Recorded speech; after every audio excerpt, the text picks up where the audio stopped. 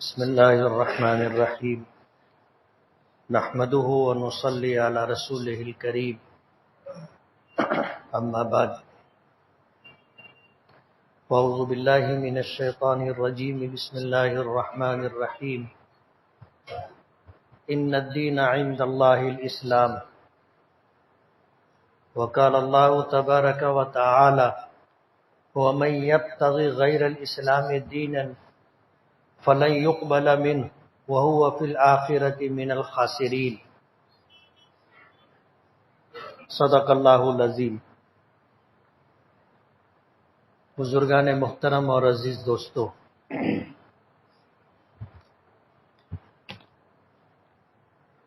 اللہ تعالیٰ نے یہ کائنات پیدا فرمائی،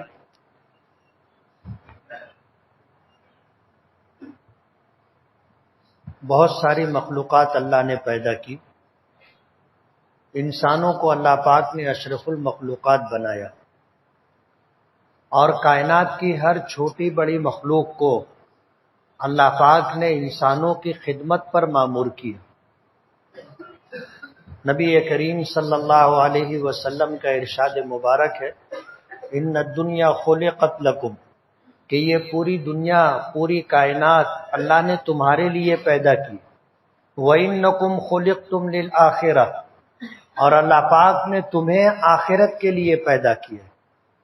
یہ تقسیم اس بات کی نشاندہی کرتی ہے جس کو ہم لوگ سنتے رہتے ہیں کہ اس کائنات کی تمام تر مخلوقات، آسمان ہے، زمین ہے، چاند ہے، سورج ہے، ستارے ہیں، جانور ہیں، چرند پرند، درخت، پھل پھول، اناج غلے، اور زمین میں جتنی بھی معدنیات ہے، یہ پوری کائنات اللہ نے انسانوں کی خدمت کے لیے پیدا کی ہے۔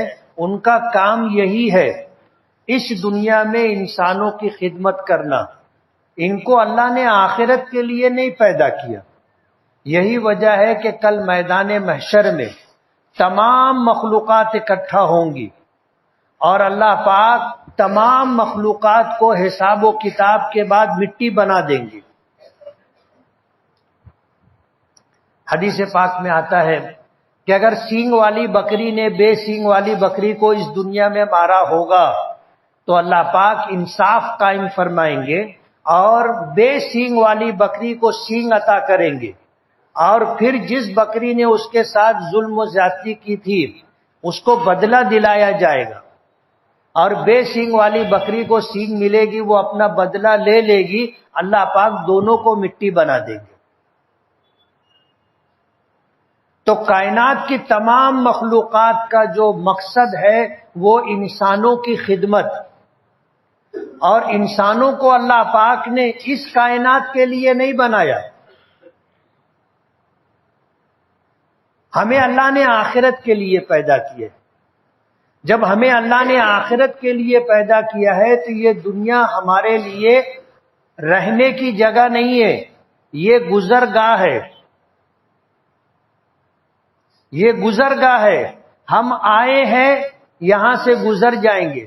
کسی کا انتقال ہوتا ہے تو پکارا ہوتا تھا کہ فلاں شخص گزر گئے، یعنی اس دنیا میں آئے تھے، اب یہاں سے گزر کر کے آگے کے عالم میں چلے گئے۔ یہ گزرگاہ ہے، ہم جو ہیں مسافر ہیں۔ حضور نے فرمایا کن فی الدنیا کأنک غریب او عابر سبیل، اس دنیا میں اس طرح رہو جیسے مسافر دوران سفر کسی جگہ رہتا ہے۔ آج اس مسجد کے اندر بہت سارے مہمان باہر سے آئے ہوئے، ہمارے اس مسجد کے ذمہ دار ضیاء حکیم صاحب کے بیٹے کا آج نکاح ہے، کافی مہمانوں کو انہوں نے بلایا ہے۔ ان کے ایک بھائی امریکہ سے آئے ہیں، راجستھان سے، گجرات سے، بمبئی سے، اور نہ معلوم کن کن علاقوں سے ان کے یہاں شادی میں شرکت کے لیے مہمان آئے ہیں۔ وہ ہمارے شہر میں پردیسی ہے، آپ سمجھ رہے ہو، یہاں رہنے کے لیے نہیں آئے ہیں، بحیثیت مہمان آئے ہیں، پردیسی ہیں۔ شادی کی نکاح کی تقریب ہو جائے گی، ولیمے کا پروگرام ختم ہو جائے گا، آپ ان کو روکو گے بھی تو وہ نہیں رکیں گے کہ رکیں گے. ہم ان کو بولیں گے اب یہیں رہ جاؤ، رہیں گے؟ نہیں رہیں گے. کن فی الدنیا کانک غریب، اس دنیا میں تم رہو اس طرح جس طرح پردیسی کسی شہر میں جا کر کے رہتا ہے. او عابر سبیل، یا مسافر کی طرح رہو کہ مسافر اپنے وطن سے چلتا ہے، اس کو جہاں جانا ہے وہاں جائے گا، راستے میں مقامات سے گزرتا ہوا چلے گا. ایک شخص بمبئی سے چلا ہے، اسے دلی جانا ہے، درمیان میں بہت سارے شہر پڑیں گے، وہ وہاں اپنی ضرورت پوری کرنے کے لیے رکے گا تو رکے گا، ورنہ وہ وہاں سے گزرے گا. یہی حال ہمارا ہے. ہمارے آقا سرکار دو عالم صلی اللہ علیہ وسلم نے ہمیں فرمایا کن فی الدنیا، تم دنیا میں اس طرح رہو کأنک غریب، جیسے کوئی پردیسی کسی شہر میں جا کر کے رہتا ہے. او عابر سبیل، یا مسافر کی طرح رہو کہ تم اس راستے سے گزر جاؤ گے. ضرورت ہوئی، تقاضا رہا، رک گئے، پھر آگے بڑھ گئے. یہی حال ہمارا اس دنیا میں ہے. اللہ نے یہ دنیا ہمارے لیے بنائی ہے، لیکن ہمیں اس دنیا کے لیے نہیں بنایا، اللہ نے ہمیں آخرت کے لیے بنایا. نبی کریم صلی اللہ علیہ وسلم نے یہی بات فرمائی کہ ان الدنیا خلقت لکم، یہ پوری کائنات تمہارے لیے پیدا کی گئی ہے. وَإِنَّكُمْ خُلِقْتُمْ لِلْآخِرَةِ، اور تمہیں اللہ پاک نے آخرت کے لیے پیدا کیا. تو یہ دنیا ہمارے لیے ہمیشہ رہنے کی جگہ نہیں ہے، یہ دنیا ہمارے لیے ضرور بنائی گئی ہے. اور کائنات کی تمام تر مخلوقات کو، چاہے وہ مخلوق چھوٹی ہو یا بڑی ہو، اللہ نے اسے ہماری خدمت پر مامور کیا ہے.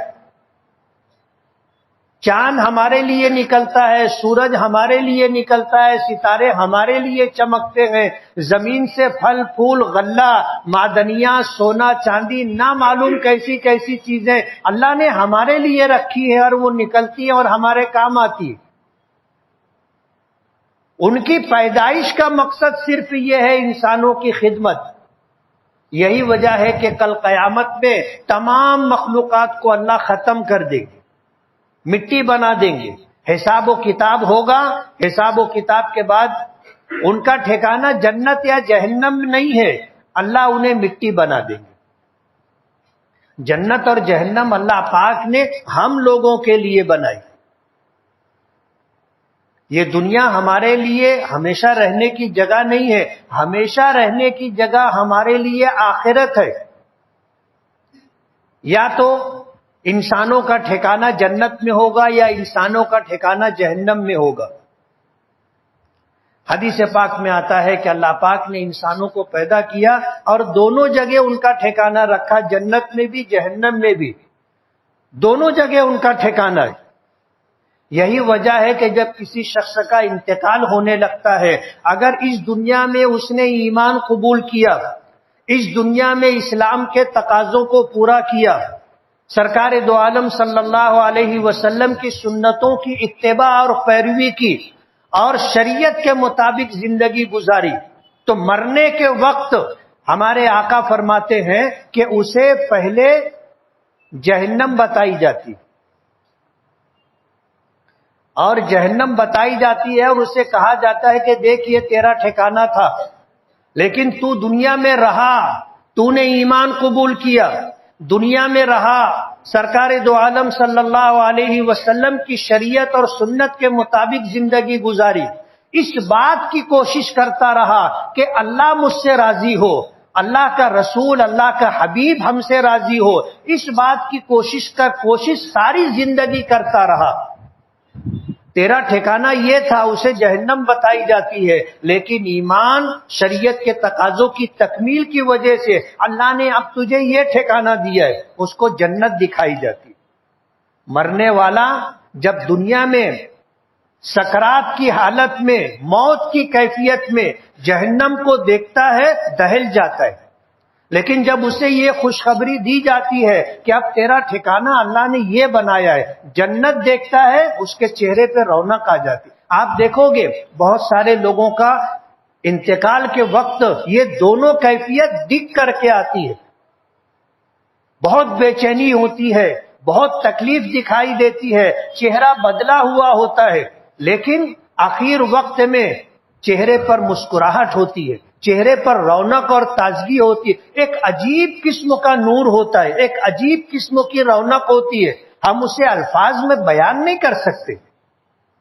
اور انتقال ہو جاتا ہے، چہرہ چمکتا دمکتا ہوتا ہے، چہرے پر ایک خاموش مسکراہٹ ہوتی ہے۔ اس کی وجہ یہ ہوتی ہے کہ اس نے مرنے کے وقت پہلے جہنم دیکھا تھا، اس کی کیفیت بگڑ گئی تھی، لیکن جب اسے جنت بتا کر یہ خوشخبری دی جاتی ہے کہ تیرا ٹھکانہ یہ ہے جنت، تو پھر اسے اطمینان اور سکون ہو جاتا ہے۔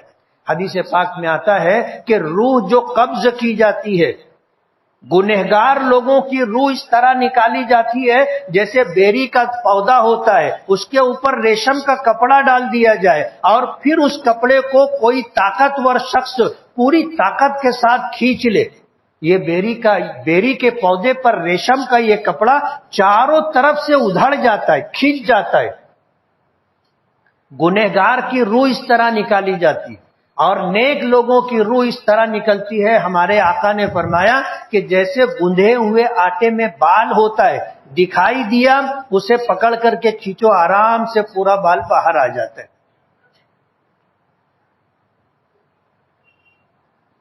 یہ انتقال کے وقت کیفیت ہوتی ہے۔ اور اگر کوئی ایسا شخص جو کافر ہو، مشرک ہو، اور اس نے اپنے آپ کو مسلمان سمجھا لیکن شریعت کے ایمان کے تقاضوں کو پورا نہیں کیا، شریعت و سنت کے مطابق زندگی نہیں گزاری، اور اس دنیا میں رہتے ہوئے اللہ کو راضی کرنے کی، ہمارے آقا جناب رسول اللہ صلی اللہ علیہ وسلم کو راضی کرنے کی کوشش نہیں کی، من مانی زندگی گزارتا رہا اور اس حالت میں دنیا سے گیا کہ اللہ ناراض تھے، اللہ کے نبی ناراض تھے۔ ایسی حالت میں میدان اس کو مرنے کے وقت پہلے اسے جنت بتائی جاتی، دیکھ اللہ نے تیرے لیے یہ ٹھکانہ رکھا تھا، یہ ٹھکانہ۔ وہ دیکھتا ہے، اس کی کیفیت بدل جاتی، لیکن پھر جب اسے بتایا جاتا ہے کہ تو نے دنیا میں ایمان قبول نہیں کیا، اسلام قبول نہیں کیا، اللہ اس کے رسول کی شریعت و سنت کو پیش نظر نہیں رکھا، اللہ کو اور اس کے حبیب کو راضی کرنے کی کوشش نہیں کی، من مانی زندگی گزارتا رہا، اور اس دنیا سے گزر کر کے تو اب آ رہا ہے، دیکھ تیرا ٹھکانہ یہ ہے، اسے جہنم بتائی جاتی۔ جہنم دیکھ لیتا ہے، اس کا چہرہ کالا پڑ جاتا ہے، وہ سمجھ جاتا ہے کہ اب مجھے یہاں رہنا پڑے گا۔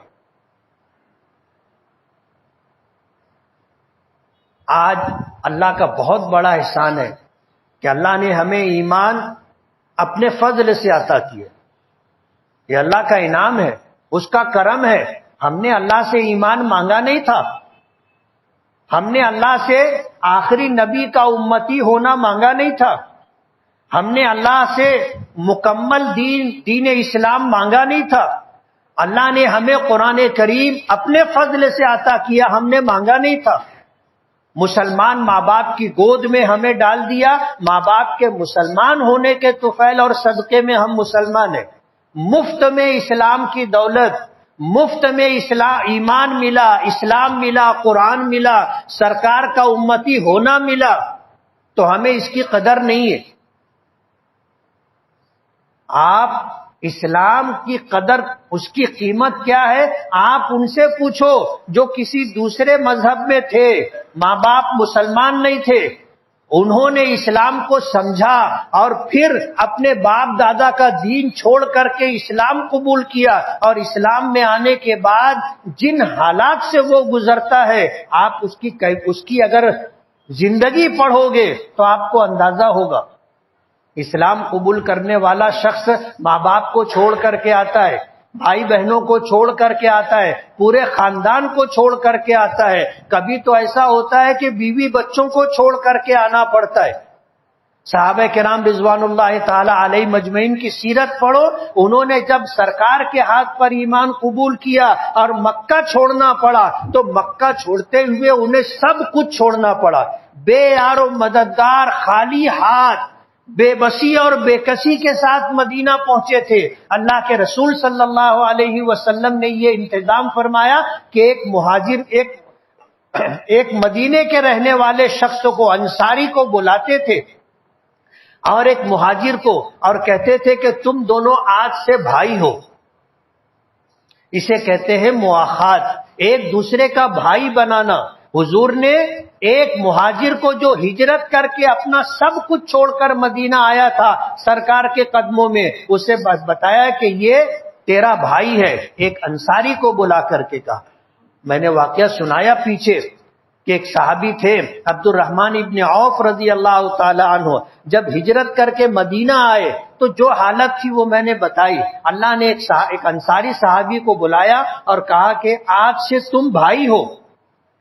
سرکار کے فرمان کو، حکم کو انہوں نے سر آنکھوں پر رکھا۔ عبد الرحمن ابن عوف کو اپنے گھر لے گئے، پردے کا حکم نازل نہیں ہوا تھا، ان کی 2 بیویاں تھیں، دونوں کو بلایا اور بلا کر کے کہا کہ یہ دونوں میری بیویاں ہیں، ان میں تمہیں جو پسند ہو کہو، میں اسے طلاق دے دیتا ہوں، عدت گزر جائے گی، تم نکاح کر لینا۔ میرے یہ 2 مکانات ہیں، جو مکان تمہیں پسند ہو وہ مکان تم لے لو۔ میرے یہ 2 باغ ہیں کھجور کے، ان میں جو باغ پسند ہو وہ باغ لے لو۔ حضرت عبد الرحمن ابن عوف رضی اللہ تعالی عنہ نے کہا تھا کہ اللہ تعالیٰ بارک اللہ فی اہلک و مالک، اللہ تعالیٰ تمہاری جان میں، مال میں برکت دے، دلونی الی السوق، مجھے آپ بازار کا راستہ بتا دو، بس مجھے صرف آپ بازار کا راستہ بتا دو، آپ کا ساتھ، آپ کی رفاقت، آپ کی سرپرستی میرے لیے کافی ہے، آپ کا مال، آپ کو، آپ کے اہل و عیال آپ کو مبارک، مجھے صرف بازار کا راستہ بتا دو۔ صحابہ کرام رضوان اللہ تعالی علیہ مجمعین کی ایک بڑی تعداد تجارت کیا کرتی تھی۔ خود نبی کریم صلی اللہ علیہ وسلم نے کبھی کسی کی بکریاں چرائی تھی مکے میں۔ ایک موقع پر آپ نے فرمایا کہ ایک شخص آپ کی خدمت میں آیا اور آنے کے بعد تھر تھر کانپ رہا تھا حضور کی ہیبت اور رعب کی وجہ سے، تو حضور نے فرمایا تھا کہ تم کیوں ڈرتے ہو، کیوں خوف کھاتے ہو؟ میں اس ماں کا بیٹا ہوں جو سوکھا گوشت کھایا کرتی تھی۔ اور پھر آپ نے صحابہ کرام سے فرمایا کہ میں نے مکے والوں کی بکریاں چند قیراط پر چرائی ہیں، لیکن ایک وقت آیا کہ حضرت خدیجۃ الکبریٰ رضی اللہ تعالی عنہا جو اپنا مال لوگوں کو مزاربت پر دیا کرتی تھی کہ مال میرا ہوگا، محنت تمہاری ہوگی، جو نفع ہوگا وہ آدھا آدھا ہوگا۔ آپ کے چچا ابو طالب جن کی پرورش میں سرکار تھے، انہوں نے کہا کہ بھتیجے کچھ کام کرو، اور پھر رہنمائی کی تو آپ حضرت خدیجہ کے یہاں پہنچے۔ حضرت خدیجہ نے دیکھا کہ صف میں، لائن میں ایک آدمی ایسا بھی کھڑا ہے جو پہلی مرتبہ آیا، اسے بلوا کر کے کنارے بٹھا لیا۔ یہ لائن ان لوگوں کی تھی جو حضرت خدیجہ کا مال لے کر کے، تجارت کر کے حساب و کتاب دینے کے لیے آئے تھے۔ اس لیے ہمارے آقا کو ایک طرف بلا لیا، اس معاملہ نمٹ جانے کے بعد ان سے بات کی تو حضور پاک صلی اللہ علیہ وسلم نے اپنا مدعا رکھا، حضرت خدیجہ نے اپنا مال دیا، حضور ملک شام تشریف لے گئے، لیکن حضور کے ساتھ انہوں نے اپنے غلام کو ساتھ میں رکھا کہ تم ساتھ میں جاؤ، اور حضور سے فرمایا کہ یہ تجارت کرنے میں آپ کی مدد کرے گا، اسے تجارت کا تجربہ ہے۔ حضرت خدیجہ کا غلام ساتھ میں گیا، ملک شام گئے اور آئے۔ اس راستے میں جو محیر العقول واقعات پیش آئے کہ جب دھوپ کا وقت ہوتا تھا تو ابر آپ کے اوپر سایہ کرتا تھا، کسی درخت کے قریب سے گزرتے تھے تو ٹہنیاں جھک کر کے سلام کرتی تھی، کسی پتھر کی چٹان کے قریب سے گزرے تو وہ پتھر کی چٹان آپ کو سلام کرتی تھی۔ یہ سب کچھ دیکھا، اور اللہ نے اتنا نفع دیا کہ کسی شخص نے کسی ایک سفر کے اندر اتنا نفع کبھی نہیں کمایا تھا۔ حضور جب واپس آئے تو حضرت خدیجۃ الکبریٰ رضی اللہ تعالی عنہا کے غلام نے سارے واقعات سنائے، اور پھر حضرت خدیجہ نے جب حساب لیا تو نفع اتنا تھا کہ آج تک کسی کو اتنا نفع نہیں ملا تھا، اور کسی نے ایسا حساب پیش نہیں کیا تھا ایمانداری اور دیانتداری کے ساتھ۔ حضرت خدیجہ رضی اللہ تعالی عنہا نے نفع کے 2 حصے کیے، آدھا سرکار کو دیا، آدھا اپنے پاس رکھا، لیکن اللہ نے دل میں بات ڈال دی، اور یہ تھا کہ ان سے رشتہ ہو جائے، تو انہوں نے اپنے حصے کا نفع بھی حضور کو دے دیا۔ جب یہ لے کر کے آپ اپنے چچا کے گھر آئے تو ابو طالب نے دیکھا، تو دیکھنے کے بعد وہ بھی حیران ہو گئے۔ حضرت خدیجہ نے اپنی ایک سہیلی کے ذریعے حضور کے یہاں رشتہ بھیجا، ابو طالب نے اسے قبول کیا، اور حضرت خدیجہ نکاح میں آ گئی۔ حضور نے ساری زندگی تجارت کی، جب تک اللہ پاک کی طرف سے اس بات کی خوشخبری نہیں آئی، بشارت نہیں آئی کہ اب تمہیں تجارت کی ضرورت نہیں ہے، تمہاری ذمہ داری ہم پر ہے۔ اللہ نے انتظام کر دیا، پھر حضور دعوت و تبلیغ میں لگے رہے، لیکن آپ نے تجارت کر کے لوگوں کو بتایا کہ ایمانداری کیا چیز ہوتی ہے، اور ایمانداری کی خیرات و برکات کیا ہوتی ہے۔ آج مسلمان کمانے کے چکر میں حلال اور حرام کی پرواہ نہیں کرتا۔ آج ہمارا خیال صرف اتنا ہے کہ مال زیادہ سے زیادہ آنا چاہیے، نفع زیادہ سے زیادہ ملنا چاہیے، کوئی مرتا ہو تو مرے، کوئی ڈوبتا ہو تو ڈوبے، کسی کا دیوالیہ نکلتا ہو تو نکلے۔ آدمی صرف آج مفاد پرست ہو گیا ہے، اپنے آپ کو دیکھتا ہے، حلال اور حرام کی بھی پرواہ نہیں کرتا، جائز اور ناجائز کا بھی خیال نہیں رکھتا۔ کسی کا دل دکھ رہا ہے، کسی کے ساتھ تکلیف کا معاملہ، اس کی بھی پرواہ نہیں کرتا۔ حالانکہ حدیث پاک میں آتا ہے، نبی کریم صلی اللہ علیہ وسلم نے دعا فرمائی ان تاجروں کے لیے کہ رحم اللہ رجلا سمحا اذا باع و اذا اشترى، کہ اللہ تعالیٰ اس بندے پر رحم فرمائے جو جب وہ خریدے تو اور جب وہ بیچے تو لوگوں کے ساتھ رعایت کرے، درگزر کا معاملہ کرے۔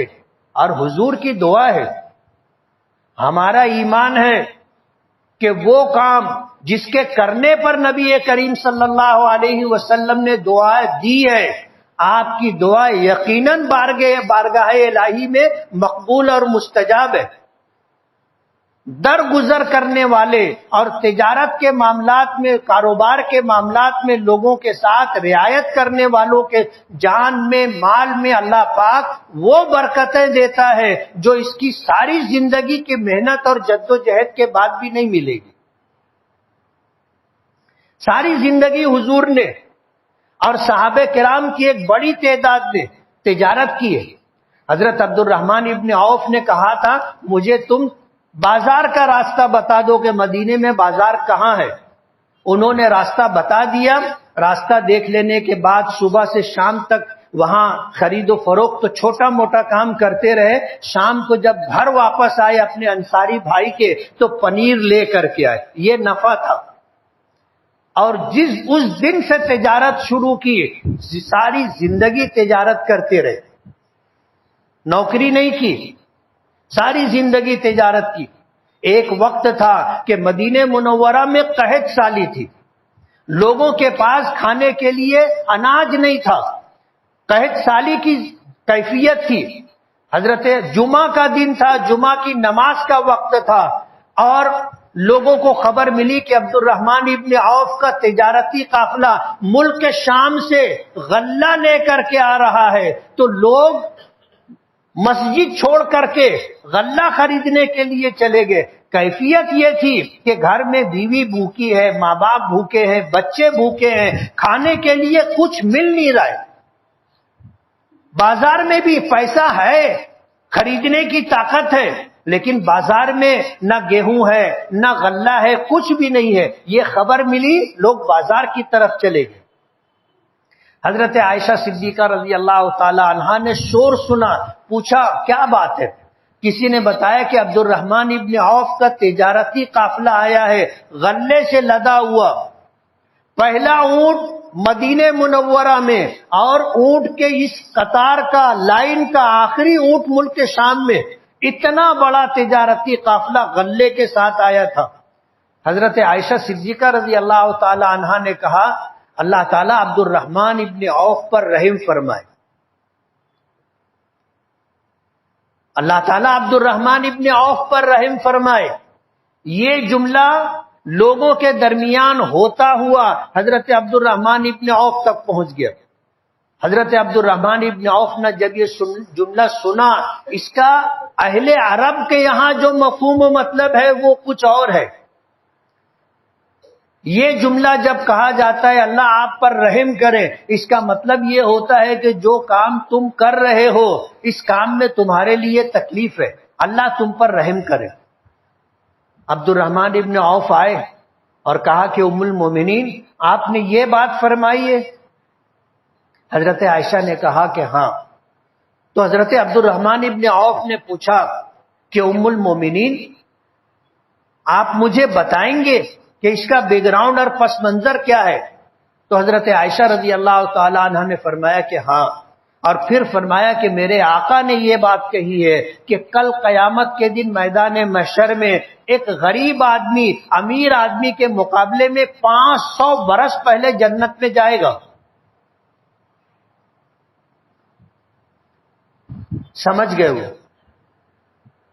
سمجھ گئے۔ اور اس کے بعد پورا تجارتی قافلہ جو غلوں سے غلے کے ساتھ آیا تھا اہل مدینہ پر تقسیم کر دیا، مفت میں بانٹ دیا۔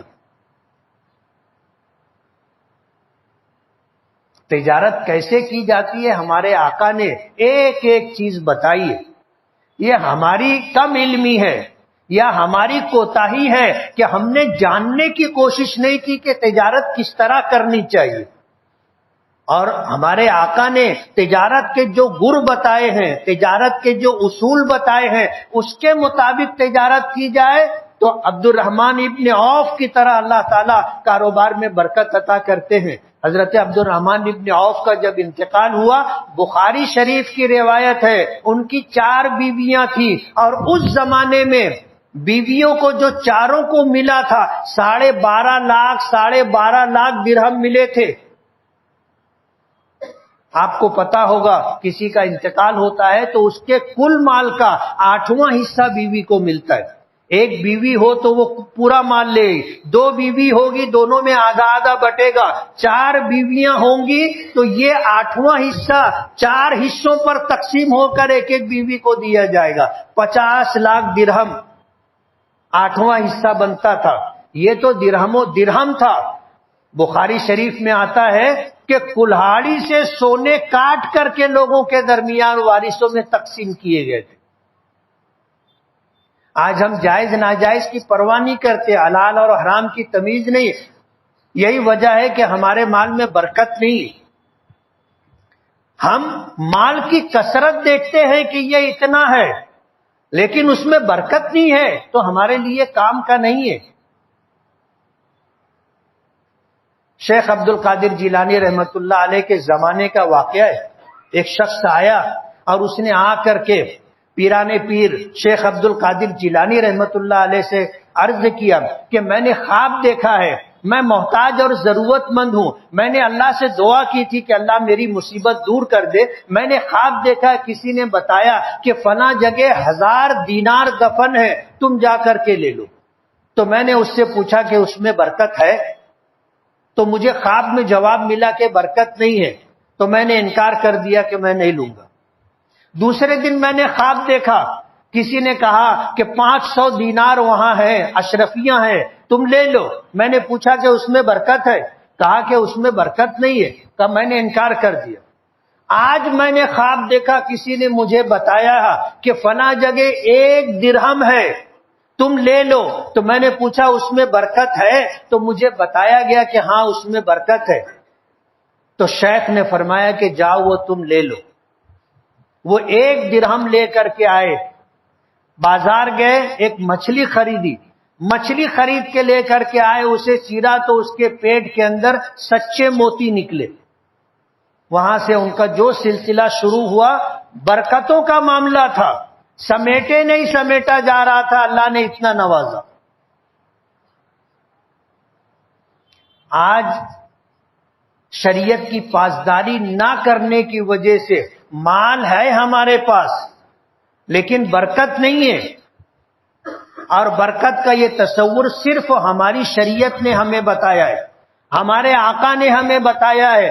دنیا کی کسی زبان میں برکت کا لفظ نہیں ہے، اور مسلمانوں کے علاوہ دوسری کسی قوم میں کسی مذہب کے ماننے والوں کے یہاں برکت کا تصور نہیں ہے.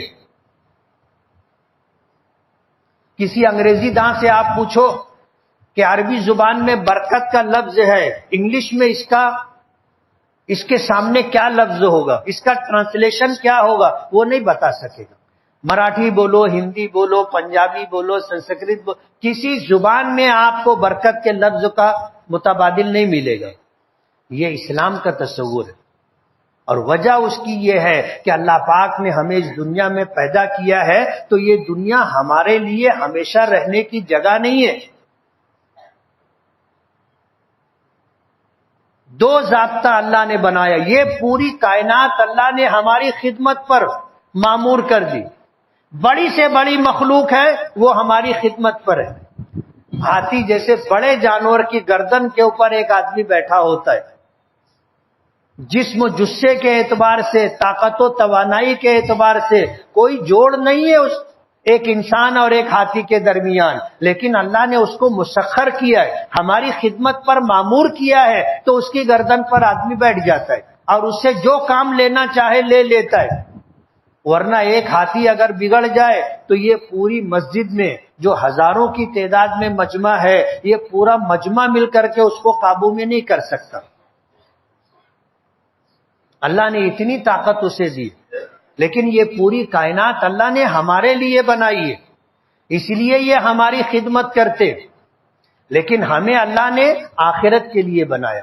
وَإِنَّكُمْ خُلِقْتُمْ لِلْآخِرَةِ، اللہ نے تمہیں آخرت کے لیے پیدا کیا. سرکار دو عالم صلی اللہ علیہ وسلم جو دین لے کر کے آئے تھے، جو شریعت لے کر کے آئے تھے، یہ کامل و مکمل ہے. حجۃ الوداع کے موقع پر جب آپ کی زندگی کا اور اس دنیا میں رہنے کا پردہ کر جانے سے پہلے کا آخری سال تھا، قرآن کریم کی آیت میدان مینا میں نازل ہوئی، الیوم اکملت لکم دینکم واتممت علیکم نعمتی ورضیت لکم الاسلام دینا، کہ آج کے لیے میں نے تمہارا دین تمہارے لیے مکمل کر دیا ہے اور تم پر اپنی نعمتیں تمام کر دی ہیں اور تمہارے لیے دین اسلام کو پسند کر لیا ہے. یہ خوشخبری دی. اور یہ وہ بات ہے کہ ایک یہودی عالم نے حضرت عمر رضی اللہ تعالی عنہ سے یہ کہا تھا کہ تمہاری کتاب میں، قرآن میں ایک آیت ایسی ہے کہ اگر وہ ہمارے کسی نبی پر نازل ہوتی تو اس دن کو ہم عید کا دن بناتے. تو حضرت عمر نے پوچھا کہ کون سی آیت ہے؟ تو اس یہودی عالم نے کہا تھا، الیوم اکملت لکم دینکم، میں نے آج تمہارے لیے تمہارا دین مکمل کر دیا، واتممت علیکم نعمتی، اور دنیا جہاں کی نعمتیں میں نے تمہارے لیے مکمل کر دی، ورضیت لکم الاسلام دینا، اور تمہارے لیے دین اسلام کو پسند کر لیا ہے. تو حضرت عمر فاروق رضی اللہ تعالی عنہ نے فرمایا تھا کہ وہ دن ہمارے لیے عید کا دن تھا. آدمی جب حج پر جاتا ہے 9 تاریخ کو میدان عرفات میں ہوتا ہے اور 10 تاریخ کو میدان مینا میں ہوتا ہے، اور یہ ہمارے لیے بقرعید ہے. اللہ نے خود ہی ہمارے لیے اس دن کو بقرعید کا دن بنایا ہے. حضرت عمر نے فرمایا کہ 2 عیدیں جمع تھی، 2 عیدیں، جمعہ کا دن تھا اور 10 تاریخ تھی. تو اللہ نے ہمیں مکمل دین عطا کیا ہے، اس میں پیوند لگانے کی ضرورت نہیں ہے. کوئی ایسا کام جو ہمارے آقا نے نہیں کیا اور ہمارے آقا نے کرنے کا حکم نہیں دیا، اسے دین سمجھ کر کے ہم کریں، یہ شریعت میں پیوند لگانے جیسا ہے، مخمل میں ٹاٹ کا پیوند ہم لگا رہے ہیں۔ قرآن کریم اللہ کی ایسی کتاب ہے کہ اس کتاب میں نہ ایک حرف کو گھٹانے کی اجازت ہے نہ بڑھانے کی اجازت ہے، اور اللہ نے اس کی حفاظت کی ذمہ داری لی ہے قیامت تک کے لیے۔ اور سرکار دو عالم صلی اللہ علیہ وسلم کا قرآن کریم کے لیے مفسر بنایا اور قرآن کریم کی تشریح اور وضاحت کی ذمہ داری دی۔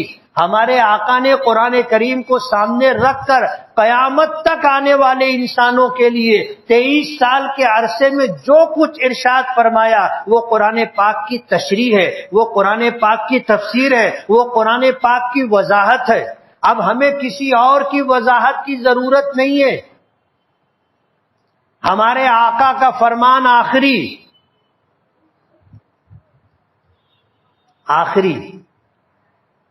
ہم اس کے مقابلے میں کسی دوسرے کی بات مان نہیں سکتے، قبول نہیں کر سکتے۔ میں اگر بندہ ہوں تو اللہ کا، میں اگر امتی ہوں تو سرکار دو عالم صلی اللہ علیہ وسلم کا۔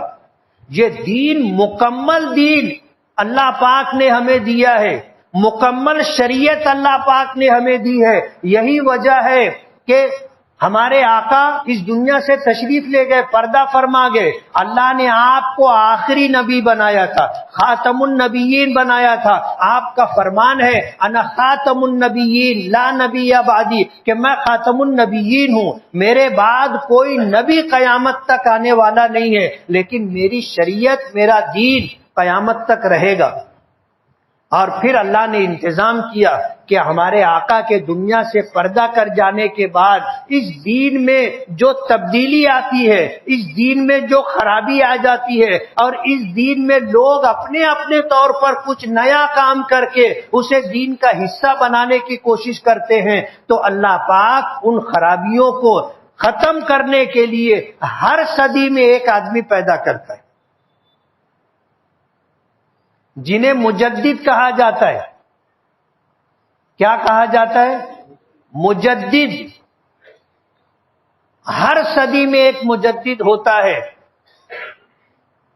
اللہ کے ولیوں میں سے، علماء میں سے ایک شخص کو اللہ پاک یہ ذمہ داری دیتا ہے، وہ دین کو اثر نو جیسا تھا ویسا کرنے کی کوشش کرتا ہے، اور اللہ کی مدد اس کے ساتھ ہوتی۔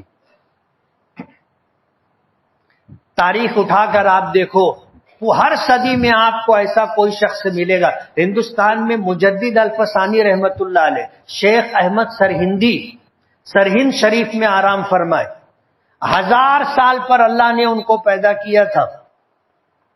اکبر کا زمانہ تھا، اس نے دین الہی ایجاد کیا تھا۔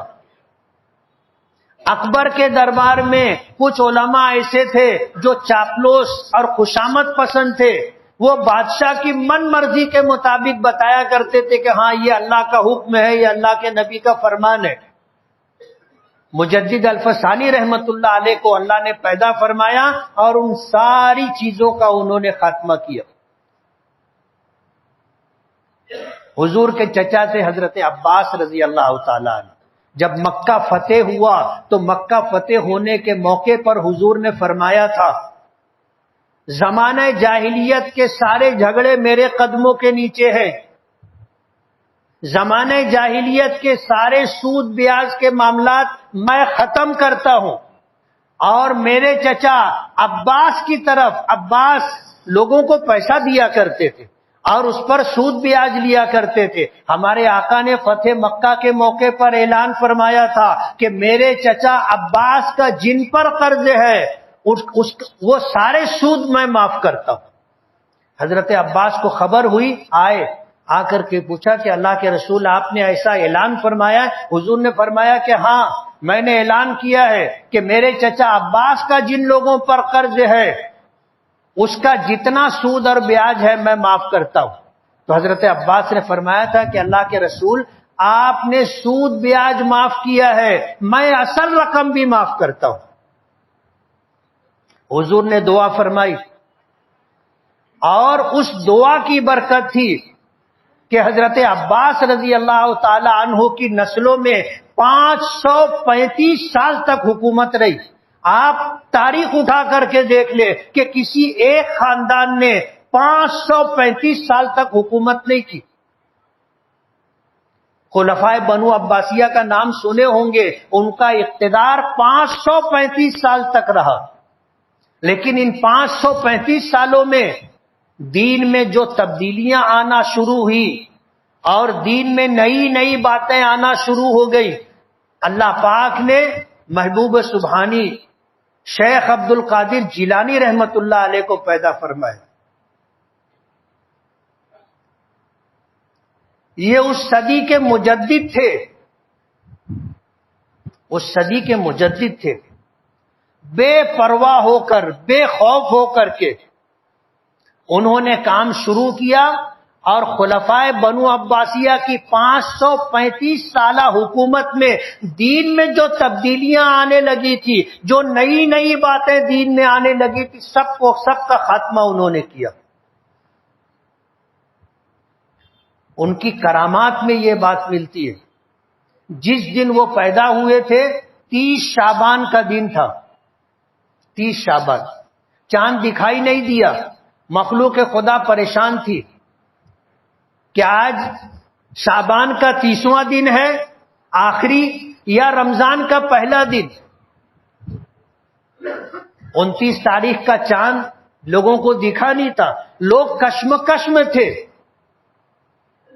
لیکن کہتے ہیں کہ اللہ جب اپنے کسی ولی کو پیدا کرتا ہے تو کچھ نہ کچھ ایسی چیزیں ہوتی ہیں جس سے لوگ اندازہ کر لیتے. جیسے ہمارے آقا سرکار دو عالم صلی اللہ علیہ وسلم کی پیدائش ہوئی تو حضرت آمنہ رضی اللہ تعالی عنہا نے دیکھا کہ ایک نور روشن ہے، اور پھر اس نور میں انہوں نے قیصر و کسریٰ کے محلات دیکھے تھے. ہمارے آقا پیدا ہوئے، کسریٰ کے محل کے 14 کنگورے ٹوٹ کر کے گر گئے تھے. دریائے ساوا جو کبھی خشک نہیں ہوا تھا خشک ہو گیا تھا. اور آتش کدہ فارس میں پارسی اور مجوسی لوگ، وہ آگ جو 1000 سال سے جل رہی تھی، اللہ نے اسے بجھا دیا تھا. حضور کی پیدائش کے یہ وہ اثرات تھے جو دنیا نے دیکھا اور تاریخ کی کتابوں میں ہے. شیخ عبد القادر جیلانی رحمت اللہ علیہ پیدا ہوئے، لوگوں کو تبدیلیاں نظر آئی، اور ان کی والدہ نے بتایا کہ اس بچے کی پیدائش ہوئی ہے، دن بھر اس نے دودھ نہیں پیا. اس زمانے کے اولیاء کرام، اکابرین، علماء، بزرگان دین نے اس بات سے فیصلہ کیا کہ یہ بچہ روزہ ہے، آج یکم رمضان ہے، 30 شعبان نہیں ہے.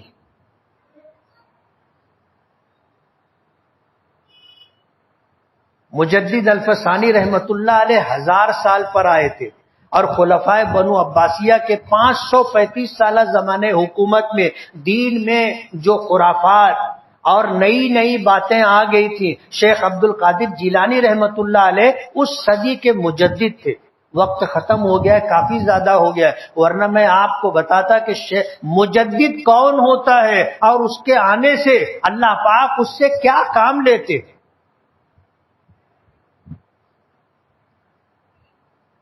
شیخ عبد القادر جیلانی رحمت اللہ علیہ نے بہت مشہور واقعہ بال بھارتی میں آپ نے پڑھا ہوگا.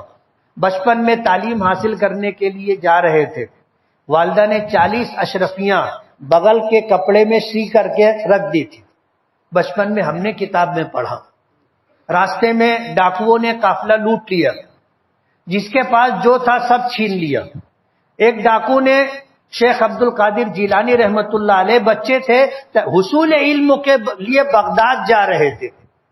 پوچھا کہ تیرے پاس کیا ہے؟ تو کہا کہ میری بغل میں 40 اشرفیہ ہے. وہ حیران ہو گیا، ان کو لے کر کے اپنے سردار کے پاس پہنچا، پوری بات بتائی تو سردار نے پوچھا کہ کیا ہے؟ کہا کہ میرے پاس 40 اشرفیاں ہیں. دیکھا گیا تو ان کے بغل میں 40 اشرفیاں تھی. ڈاکوؤں کے سردار نے کہا کہ یہ تو چھپا ہوا تھا، یہ دینار اشرفیاں چھپی ہوئی تھی، تیرے علاوہ کسی کو معلوم نہیں تھا، تو نے بتا کیوں دیا؟ کہا کہ میری والدہ کی نصیحت یہ تھی کہ کبھی جھوٹ مت بولنا. میں کیسے کہہ سکتا تھا کہ میرے پاس کچھ نہیں؟ اس بات کو اللہ نے ان ڈاکوؤں کے لیے ہدایت کا ذریعہ بنا دیا۔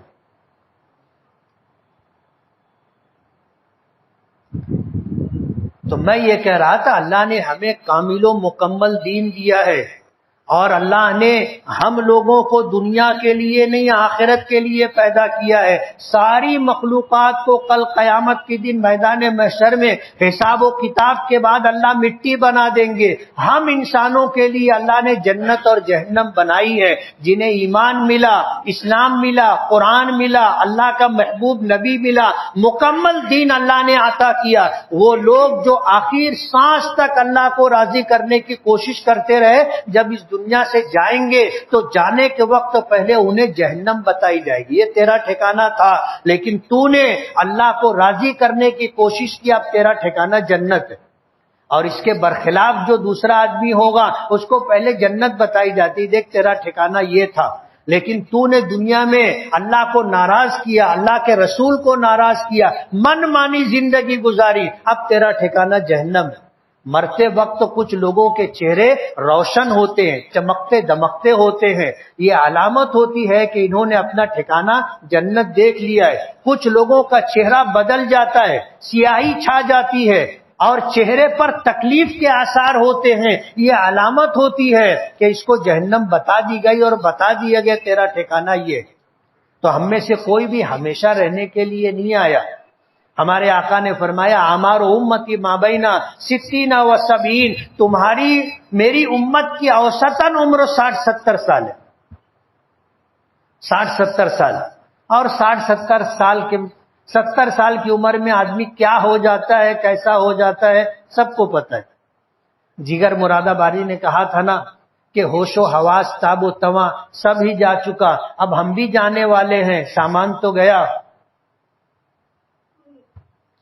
70 سال 75 سال کی عمر میں آدمی کا کیا حال ہو جاتا ہے آپ کو پتہ ہے، یادداشتیں ختم ہو جاتی، دانت نہیں رہتے، ہاتھوں میں راشا آ جاتا ہے، بینائی کمزور ہو جاتی ہے، آدمی بولتا کچھ بھی بولنے لگ جاتا، پھر کان سے اونچا سنائی دینے لگتا، یہ سب ہوتا ہے۔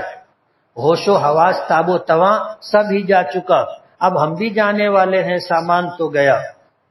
اس لیے زندگی ہمیشہ کے لیے نہیں ہے، اور اس دنیا کے لیے اللہ نے ہمیں پیدا نہیں کیا۔ یہ دنیا اللہ نے ہمیں اس دنیا میں اس لیے بھیجا ہے کہ ہم آخرت بنانے کی تیاری فکر کریں اور آخرت میں شاد آباد رہے اس کی تیاری کریں۔ وآخر دعوانا ان الحمد للہ رب العالمین۔